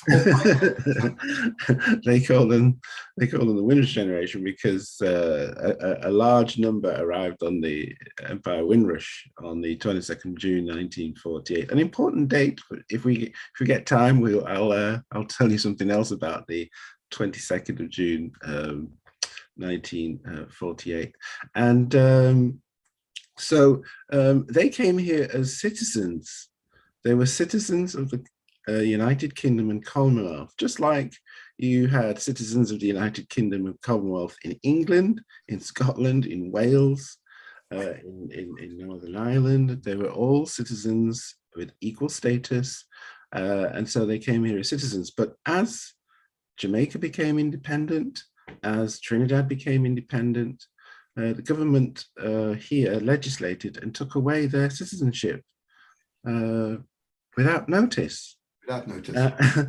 And so they were never given any documents. The 1971 Immigration Act was passed, imposing immigration rules on people who were formerly citizens, and they were never given any documents. It gave them indefinite leave to remain, but no documents. So when the law was passed in 2014 requiring them to produce documents that they were never given, obviously huge problems ensued, and that's where you got people being put in detention, people being deported, people losing their jobs, losing their homes, and all manner of horrible things happening to British citizens. And so when all this started to come out, myself and others started to organize legal surgeries in the community to help people to get these documents, and after that get compensation. But we found that this wasn't happening, as to many of the people that we were helping. So we wrote to the Home Secretary to say, you say this Windrush scheme is supposed to be righting the wrongs, but we find that in a number of cases it isn't, and here's why, and here's what we think you ought to do. This is the issue. I've spoken to a number during the week who have not yet engaged the Home Office. Yes. Understand the process. Mm-hmm. Can you just summarize for us, what is the process? You make an approach to the Home Office, that you've been here prior to 1973, I think the threshold date, okay? But you're born... No, it's 1988. So the 31st of December, 1988. If you've come before that date from anywhere in the world, you are eligible to get some sort of support from the Windrush scheme. Okay, so yes, can I just explain? That's because they're not aligning this to citizenship laws. They've made it's a bigger scheme. So lots of EU citizens, for instance, have actually been able to benefit from this. So when you look at the data, you see people from France to Poland have been able to avail themselves of some sort of status document, settlement, or a free naturalization under the Windrush scheme. Interesting. But the 73 date is an important date. The 73 date, yes. Yes, it's when the Immigration Act 1971 came into effect, and the government has used that as a marker for people from the Caribbean and other places, that if they've come before that date and were settled here before that date, then many of them are given citizenship, or if they've lived here continuously since that date. Thank you. Can I make this go back to Jackie, if I may then, Jackie? But of course, the apprehension that I'm sensing from many of the community, even here in my little London borough of Southwark, and I've identified more than 30 individuals who should apply, okay, but they don't trust the Home Office. Yeah. Okay. Now, I know they are going to be listening. They are listening now, according to Texas. They're listening now to both your words, okay? How can we reassure them, if that's possible? How can we reassure them that they should apply? And can you maybe just summarize the process the application would take? What's the format application? Go ahead. Yes. Well, what we've said to people is that they really ought to work with community organisations. And I've been involved from the beginning, actually, from April 2018. We were running surgeries, pro bono surgeries, at the Black Cultural Archives in Brixton, and we've gone all around the country and done them. I've gone up to Nottingham and done them, and Sheffield, Huddersfield, all around London, all the London boroughs. Did one in Manchester, but not aligned to Anthony. It was aligned to a trade union who invited us up to Manchester. I didn't know Anthony at the time. And since then, we've gone back to Manchester and to Liverpool. But that I'm now working for in a slightly different way. I'm now working for a city firm, so it's slightly different politics and different how much you can do pro bono. But I still do some pro bono work. Can you describe the process in that case? Let's describe the process. So we say people should work through the community because I think generally speaking, if you approach the Home Office directly and you qualify, you're going to be fine. But not everybody does qualify. A lot of people still don't understand dates, the rules, with what happens if you're a descendant. We know one person got arrested, didn't they? When they said they won't have any enforcement, but that wasn't true. It was actually one of David Lammy's constituents, so of all people, because he spoke out vehemently about that. And we've heard of one or two others who were just over. And in fact, I know of a lawyer who told somebody, well, go to the Home Office and get it sorted out. That's no status at all, and would have been detained. And so we were able to find another route for that person outside of Windrush. But the process is, there is a form. There's and people can just fill out the form themselves. That's very true. For status documentation, you have to put some evidence with it, but people can do that. There's all the organizations. There's, the Anthony's organization. There are about, I did a bit of mapping for the Paul Hamlin Foundation, who's going to be funding these organizations. And I found about 30, about 23 are very active. And about 16 or 17 took part in the research that I undertook for them. So they're all over the country. So do, and you can find them quite easily via Google and put in the postal code or the district. Of time, you see, Jackie. So yes. Can you give us some idea of the evidence that's required? Yeah, so it depends on what you're doing. So if you're looking for status documents and, the free naturalization, as we call it, you've got to show when you came. And you've also got to show unbroken stay in the country, because if they're suspicious that you might have been away for 2 years, then you have to get something else called returning residence, or you get indefinite leave. So there's different types of status, but you've really got to show that you've been here. And people use national insurance records, those are good ones, medical records, banking records. Tenancies and mortgages aren't so great because you could have those things and still be living in another country. But if you've been actively using your bank account, particularly back in the day, now with an ATM, you can be anywhere really and still be using your UK bank account. But medical records, if you're going to your doctors, it shows you're here. So that's the sort of evidence I ask people to bring in or send off for them. And it's similarly, now for compensation, and I know we haven't got time, but just wanted to say to you, the compensation is a real problem for all sorts of reasons. I mean, less than, I think it's 933 people as of yesterday have been made an offer. That's not even paid out. And when the Home Office keeps banding around this figure of 41 million, that includes offers. So it's not even paid out. And remember, only 2,500 people have actually applied. And why is that? And there are so many people who do it themselves, who are being told that they're ineligible. And once a lawyer or one of the community groups gets involved, who knows what they're doing, they're all of a sudden eligible. So it's really problematic. Just today, I saw somebody tweeting, somebody who's a real advocate, Glenda Caesar, who's a real advocate of this and knows quite a lot about it, that, she gathered from the Home Office that, that they've been saying that they want to pay out as little as possible. I don't know if she's spoken to somebody on the inside, but I, funny enough, was in the presence of some Home Office people last week and learned all sorts of things. So I have every reason to believe that, she is actually correct. They're not making this easy for people. Every now and again, when there's a bit of noise, as there was last week with the Windrush Lessons Learned Review Part 2, you'll see some decisions. I saw a lot of activity leading up to that from the Home Office. There's an email every day and, decisions every day. And they get really active because they know you're going to be one of the people asked to speak about it. But then they'll go back next week, they'll be back to their own old self. So it's really a problem. But for the compensation, they are still asking people to provide evidence going back decades, which is problematic. But the evidence is like, if you say you've lost a job, did you ever have a job in the first place? So national insurance records are a great starting point. Lots of employers don't want to cooperate because they think they're the ones that did the wrong thing, or they don't exist.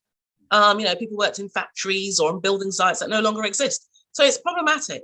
But you really do need professional, because I know you haven't got time, rather than go through a checklist of evidence, and I've got loads of these checklists.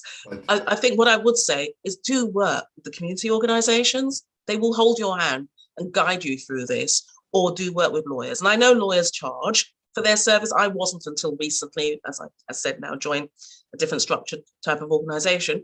But I've done over 100 cases pro bono. Right, I see. And I want to say thank you for that. But we don't, as a community, thank the professionals who give up their time for nothing, gain no personal financial gain. I want to say thank you. I'm going to pause there with yourself, Jackie. I want to go to Anthony, if I may. And Anthony, but I've known you through another route, of course, the Preston Windrush dialogue on a Tuesday evening. And I want to give a good shout out to Glenda. If you're listening, Glenda, hi, sure that we recognize Glenda and other colleagues at the Preston Windrush. Come back to yourself, because your story is really quite interesting, because not only were you a pioneer, if I may use the term pioneer, who got caught up with the Windrush Scandal, you survived. And not only have you survived, you've now studied law. You now have the letters after your name, and now you are an avid campaigner. Okay. Has it been worth it? Well, I don't know about worth it. I think there's a higher power involved in this. Absolutely. Because when you look at my life story, it seems that I was predestined to do some of this work, because when I was 11, I had this experience on Mount Snowdon where I thought I was going to die, and the weather had closed in and the rain was beating down, and I thought I was going to be blown off the ledge. And I made this pledge as this little lad, saying that if if you spare me, I will serve you. And then ever since then the rain stopped and the clouds lifted, and I'm thinking, wow. And I ran back down the mountainside and met up with the people that I'd separated myself from, and I gave this testimony at my church when I was little. And I remember having my 60th birthday not so long ago, and people reminding me of that so many years ago. They remembered, so it was obviously something that was a marker.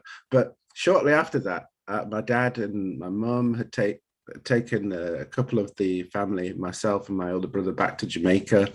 We went to Jamaica College and to school. But then I came back again 4 years later, and because I'd gone out of the country more than 2 years, when I wanted to go to university, they told me that I was an illegal immigrant because I'd been out of the country more than 2 years, and I needed to report to Manchester Airport to be deported. So obviously I was in complete shock. The family rallied and the community rallied, and we mounted an anti-deportation campaign. And eventually I was given indefinite leave to remain. So I'd wanted to go to university to do law, because we'd had the riots in the 80s, and being an idealistic young person, I thought, well, I'll go and study law and, make some changes. But that didn't happen, because the deportation thing shook me up for a long while. I didn't feel as if I belonged. But then, life took over, had a family. But then later on in life, I thought, I've got to get this out of my system. And so I did an open university course. And the year that I graduated, the Windrush Scandal broke. So I thought, this is familiar. And obviously, when I went to the meeting and told my story, everybody then sort of responded to that, because they had, it gave them a bit of confidence that, they were getting the support from someone who'd been through it. And we decided that we were going to group together and work together to try and get everybody sorted out. So with that knowledge of the law, when we saw what was happening, in that people weren't being given their status back, even though some of them had come before me. I came in 67, some had come in 58 from, Barbados, Trinidad, and other places. So they had come here as citizens, as I was saying before, and some had never left the country, and yet they were being treated as immigrants. So when we looked at it, it was because they were being naturalized. So this is a naturalization scheme. And so our argument was that you can't naturalize people who are already British. You only naturalize foreigners. So we wrote to the Home Secretary with this issue, and she wrote back to us this ever so nice letter, but saying that she was going to continue. So we thought, this is irrational. And in law, that's a basis for a judicial review, because government ministers are not allowed to make illegal decisions, and we thought that was illegal. And so I made an application for a judicial review. That review, we had a permissions hearing in February. The permissions hearing usually only lasts half an hour, but our review, the judge allocated 2 hours and then proceeded to carry on all day.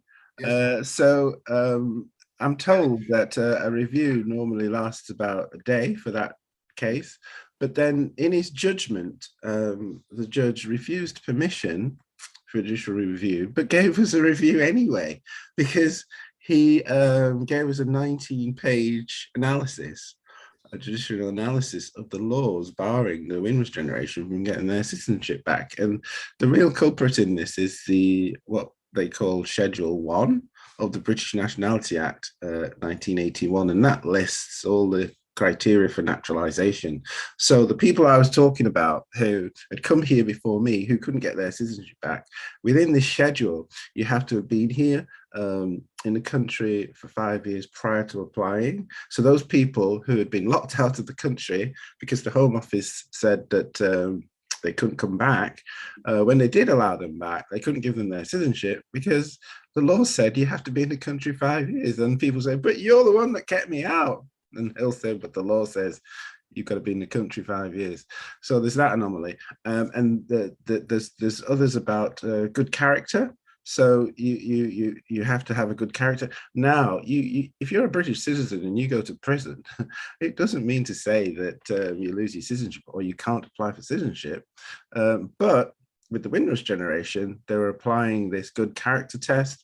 So people who had a brush with the law during the 70s, 80s, the Home Office can go way back. And a lot of them were being refused their citizenship, and some of the cases I was dealing with were refused their citizenship because they'd had offences, committed offences, and then that meant that they couldn't be naturalised.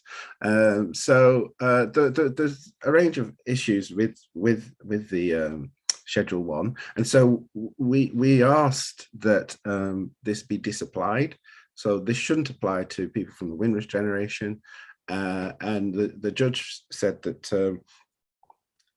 the rules of judicial review don't allow him to overturn primary legislation, which the British Nationality Act is. It's for Parliament. So we're now mounting what we're calling the Windrush Crusade Act. So we want to see a Windrush Act that will restore the citizenship of the Windrush generation by creating a registration scheme, not a naturalization scheme, a registration scheme. So prior to the 1st of January 1988, there was a registration scheme under Section 7 of the British Nationality Act. That was repealed, and we want to see that restored. So it's not rocket science. They know how to do this. They've got the legislation there already. They've had it. We just need to have it back. And then people can start to register and not have all this crazy documentation and proving that you've you've been in the country, and you just need to have had your citizenship of the United Kingdom colonies, and if so, then you could then register. And it would take out a lot of the bureaucracies. And in terms of compensation, we're saying that there should be reparations for taking away their citizenship without notice. Thank you, Anthony. I've just got to tell you, I've got 6 minutes left of my program now. So can I quickly address the issue of the Wendy Williams report, both the original and the more recent update review? Jacqueline, I can come to you. Give us a quick summary. I'm sorry for limited time. Quick summary on the Wendy Williams reports, why they are important to us. What do they highlight that's significant, and we should, as a community, think carefully about? Well, the Wendy Williams report is important, but what's also important to understand is that it is limited, in that really what she was doing was trying to find out how did the scandal occur in the first place.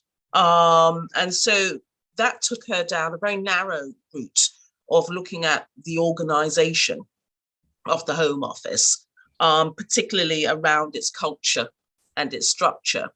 And so she was able to then sort of almost not necessarily wriggle out, because that she's right, her terms of reference were quite narrowly defined, but she wasn't able to find things like institutional racism or a breach of the Equalities Act, etc., by dint of the terms of reference and definitions. The institutional racism one coming from Macpherson.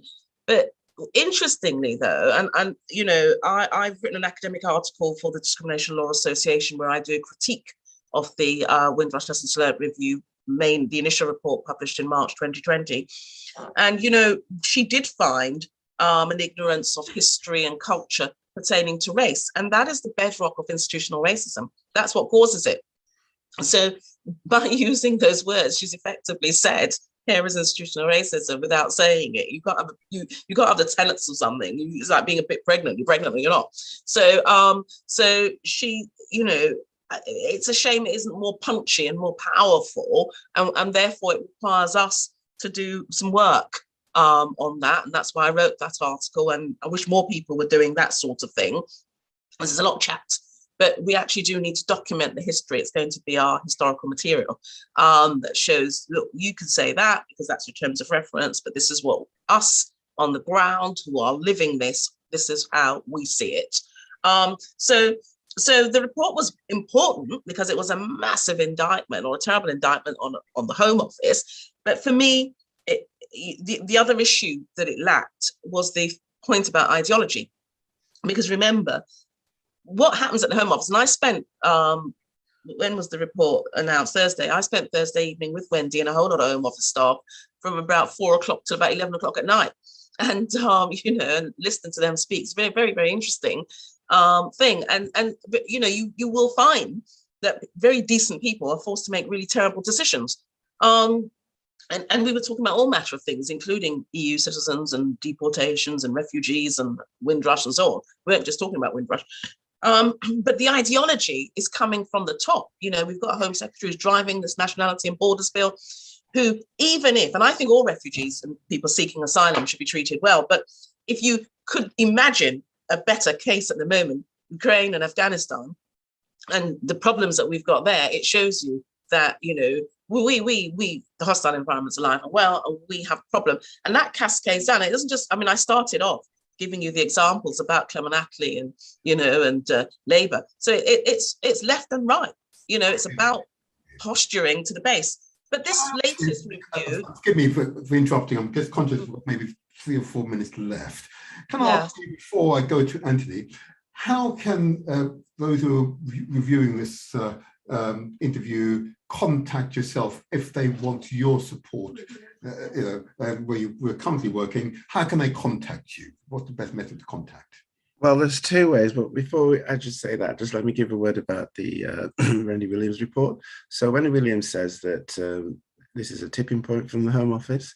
So there's an opportunity for them to go forward and change the culture, or for there to be another Windrush scandal. She didn't say another Windrush scandal, but that's what she implies.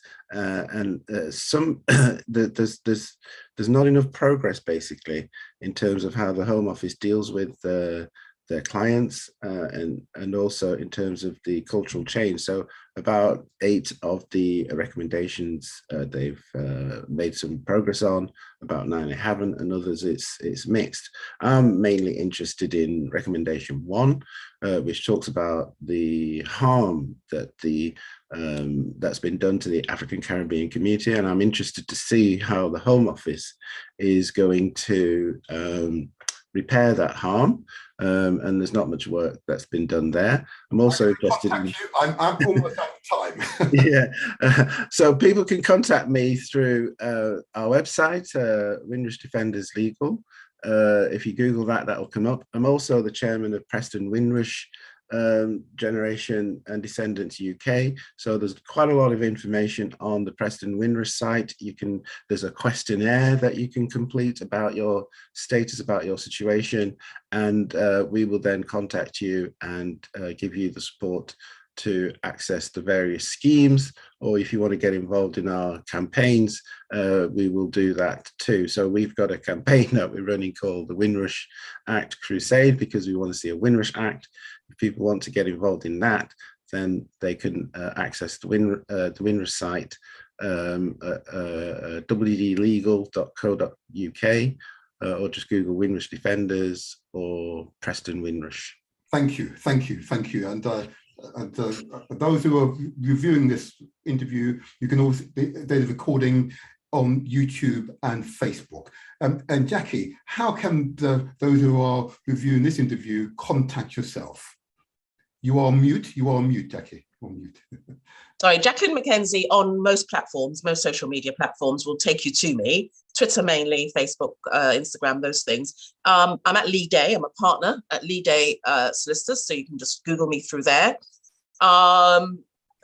So yeah, I think that's the best way. Save me just reading out numbers and things, because I wear so many different hats. But that's that. Just also to let people know that the Home Office did set up some sort of Windrush steering group, which is a bit problematic. Doesn't really have anybody on it who's really working on Windrush issues. But they've just contacted me about a Windrush Act. Actually, they're going to have a conference on one, and I've been invited to it. So I don't know if Anthony's aware of that. No, that's brilliant. Yes. So I don't know the details, but that's just something that just happened since the Wendy Williams. And I agree with what Anthony said. I mean, you don't have time really to go into it in depth, but I'd put apart all those recommendations. I don't think 8 recommendations have been delivered at all. I mean, having a workshop on recommendation 3 isn't delivering on recommendation 3. So it's really problematic still, the whole thing. Thank you. And I'm technically out of time, but I've not been called yet, but it's okay. I just want to say to both of you, I said earlier on to Jackie, thank you on behalf of the committee. I also want to say the same to you, Anthony. Because I realise that you both have committed so much of your life to this. And you've affected not hundreds, but thousands of members of our community, and indeed the wider communities as well. You should be OBEs or knights of well, who knows? No, okay, I hear you. Don't need that. I want the endorsement of the community, but to work alongside us, though. I don't want the endorsement for endorsement's sake. I want to mobilise and enable, empower people to make things better for our community. I say all praises to the Most High. Most certainly, I concur. I want to say to you, nevertheless, on behalf of the community, I know this has been a relatively short interview, we may have to do a part 2, but I can see that there are elements here that we need to flesh out and to help others to better understand the intricacies of navigating within the Home Office. And if you are experiencing these challenges, how can ordinary men and women on the street navigate the Home Office? They clearly need your advice and guidance. We, the community, must provide you with platforms so you're able to communicate directly to the community. But I say to the wider community, it's essential that you make yourself known, at the very least, to Jacqueline Mackenzie and Anthony Brown. These are 2 individuals. I commend them to you. They are individuals of the highest stature, in my humble opinion. And I do not say these words lightly. I want to emphasize to you both that on behalf of the community, we want you to continue to fight a good fight. I want to say to you both, thank you. Thank you for all what you're doing now and what you will do into the future. And thank you, and may our ancestors continue to watch over you. Thank you and good day to you. Thank you. Thank you for the opportunity. Really appreciate it. Thank you. Thank you very much. Bye-bye. Bye-bye to you both. Bye-bye to you both. And I say to the audience, you've heard it from 2 ordinary members of the community who've made a decision that they are not going to take this line down. And they're using all of their energies, their intellect, to battle what was conceivably be an enormous monster, a monster that does not want to move, but we will make that monster move, and we will gain the Windrush Act. And listen to what Jackie just said. Right, the last words, they've made contact with her as preparation for a Windrush Act. In recognition, some people tell us that we don't have power as Black people here in this country. I want to defy such words. We absolutely have power and influence over politicians and politics, the economics, the health sector, all spheres in Britain. We have influence, and we must assert that influence for the common good.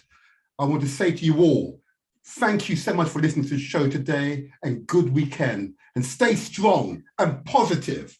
We can make a difference. Remember, success is ours for the taking. Remember, translate these words into action. Good day to you all. Bye-bye. Bye-bye. Thank you, Martin. Pleasure.